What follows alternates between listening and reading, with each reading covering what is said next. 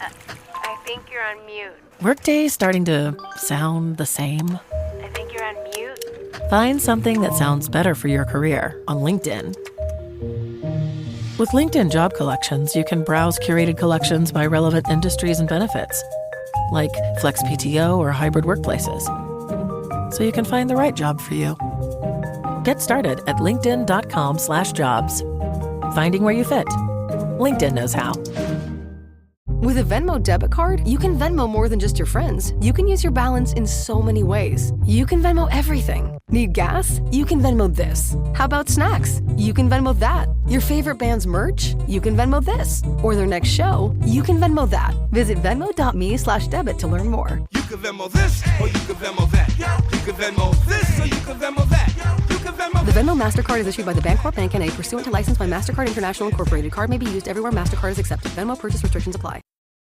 Hello, everybody, and welcome to our weekly bonus episode of ORD with me, your host, Greg Audino. Now, as per usual, I'm just introducing the article, though. In our bonus episodes, we share posts that have already been read on other shows in the OLD network and would be enjoyable to you guys. So, this one aired on our main show where it all began, Optimal Living Daily. So you're now going to hear the voice of Justin, the main narrator over there. Kick back and enjoy this post, everyone, as we optimize your life.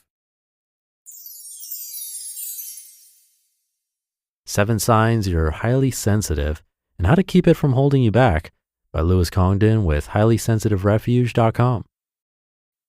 If you've ever wondered why you seem more sensitive than other people, why certain things seem to affect you more than they do others, it's not because you're weak or incapable or less than anyone else. It just means you're different. And it may, in fact, mean that you're what's known as an HSP, a highly sensitive person.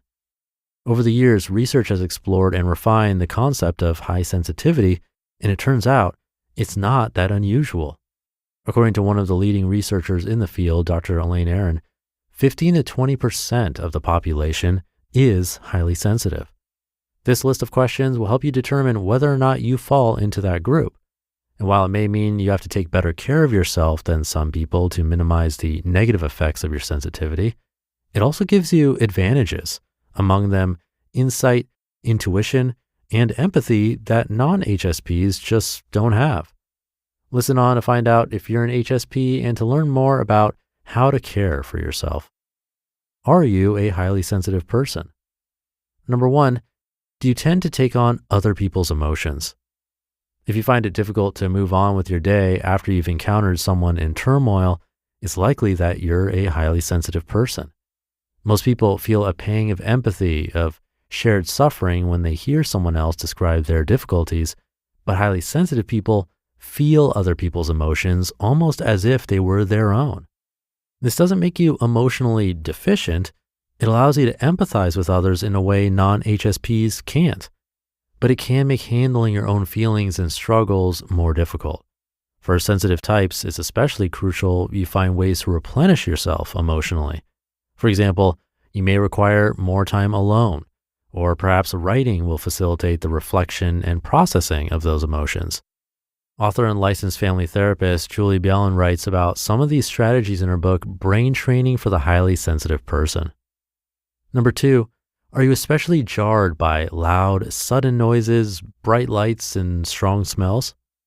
I'm a highly sensitive person myself, and I've found that loud music quickly triggers my anxiety. If sirens or thumping music make it hard for you to feel at ease, don't perceive it as a weakness.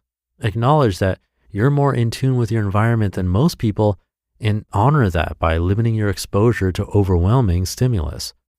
I used to feel guilty about asking my friends to turn off their fluorescent lights. They irritate my eyes.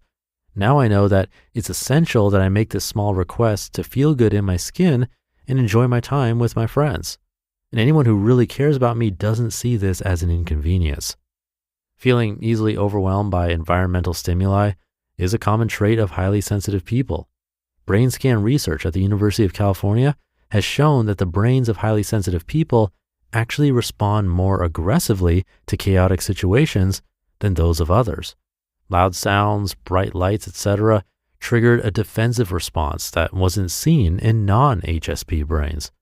One strategy that may help is practicing focusing on one source of input at a time while tuning out everything else. Number 3, do you prefer to exercise alone?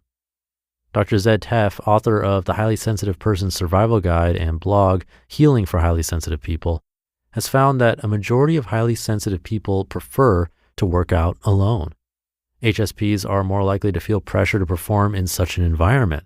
And since HSPs take on the emotions of others and find an excess of stimulus to be overwhelming, exercising solo can prove a valuable recovery strategy. Number 4, do you cry often? This doesn't mean you lack emotional strength or that you're not in control of yourself. Crying more often than the average person is a perfectly natural result of feeling everything more intensely. The best thing you can do when you feel the urge to cry is to allow yourself to cry freely and without judgment. If you are with other people and you need to excuse yourself for a few minutes, do so. Knowing your own needs and meeting them without criticizing yourself is a great sign of emotional maturity. Number 5, does hunger make you feel agitated or reactive? Think hanger on steroids. Having the right nutrients is essential to everyone, but the effects of an insufficient diet are especially pronounced in HSPs. Lots of people suffer from hanger, but you can bet that HSPs get the worst of it. To avoid putting added stress on your system, eat a healthy, balanced diet, and make sure you don't let yourself get to the point of gnawing hunger before eating. Sarah Best suggests that being well nourished helps to create a buffer between HSPs and the chaos of the world. Number 6, do you get flustered when your attention is demanded in multiple places at the same time? If you're being asked to do several things at once, it can help to write them all down. Then you can work to tackle one task at a time rather than letting yourself get overwhelmed by the whole list. If you can focus on the task at hand until it's complete and only then shift your attention to what's next, you'll be more efficient and avoid a meltdown. And number 7, are you especially sensitive to stimulants? When I drink coffee, I feel like someone has strapped a jetpack to my back.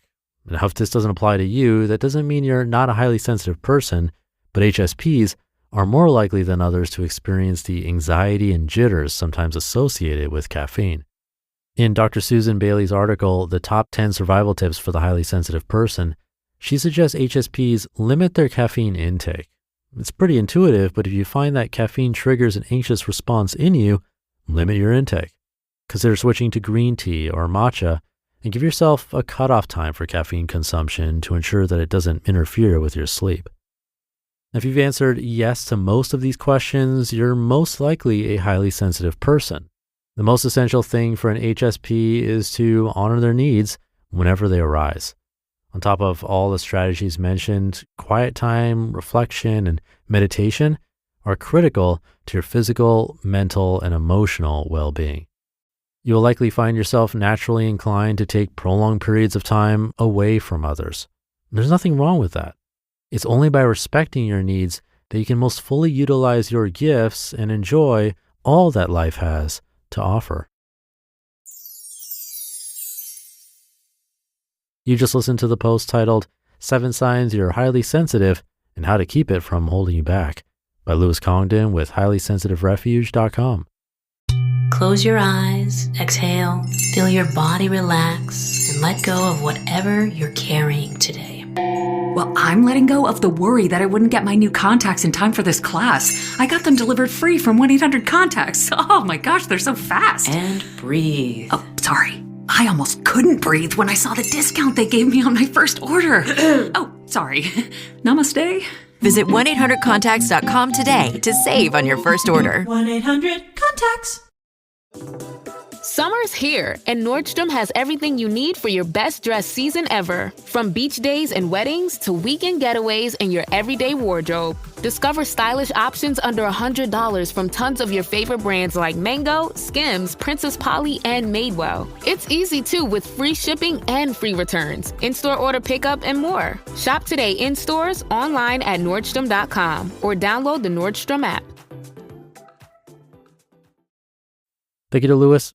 Whether or not you self-identify as a highly sensitive person, I think it's helpful to hear about it because it can affect the way we treat others and also how we understand them. Or maybe you do self-identify as a highly sensitive person, and this can help you understand yourself and maybe why you might act in a certain way in specific circumstances. Or you're not still sure if you identify as a highly sensitive person. That's sort of me. In some ways, I totally relate, like the first three. Absorbing other people's emotions, being jarred by loud, sudden noises and bright lights. Plus, I like to exercise alone. Yet, I don't cry often. I don't get hangry. That is, if I'm really hungry, I don't necessarily get agitated. And I don't think I'm that sensitive to things like caffeine. Well, my stomach is, but that's a different story. So I relate in some ways, not others. And that's another point. A lot of this is more of a spectrum. We're all incredibly unique, so I don't think the benefit really comes from a black and white label of highly sensitive versus not, but instead understanding and being aware that this is actually a thing and doing our best to make space for it either within ourselves or around other people. So hopefully this was helpful for you. It was for me. Thank you for listening and being here. Have a great rest of your day, and I'll see you tomorrow where your optimal life awaits.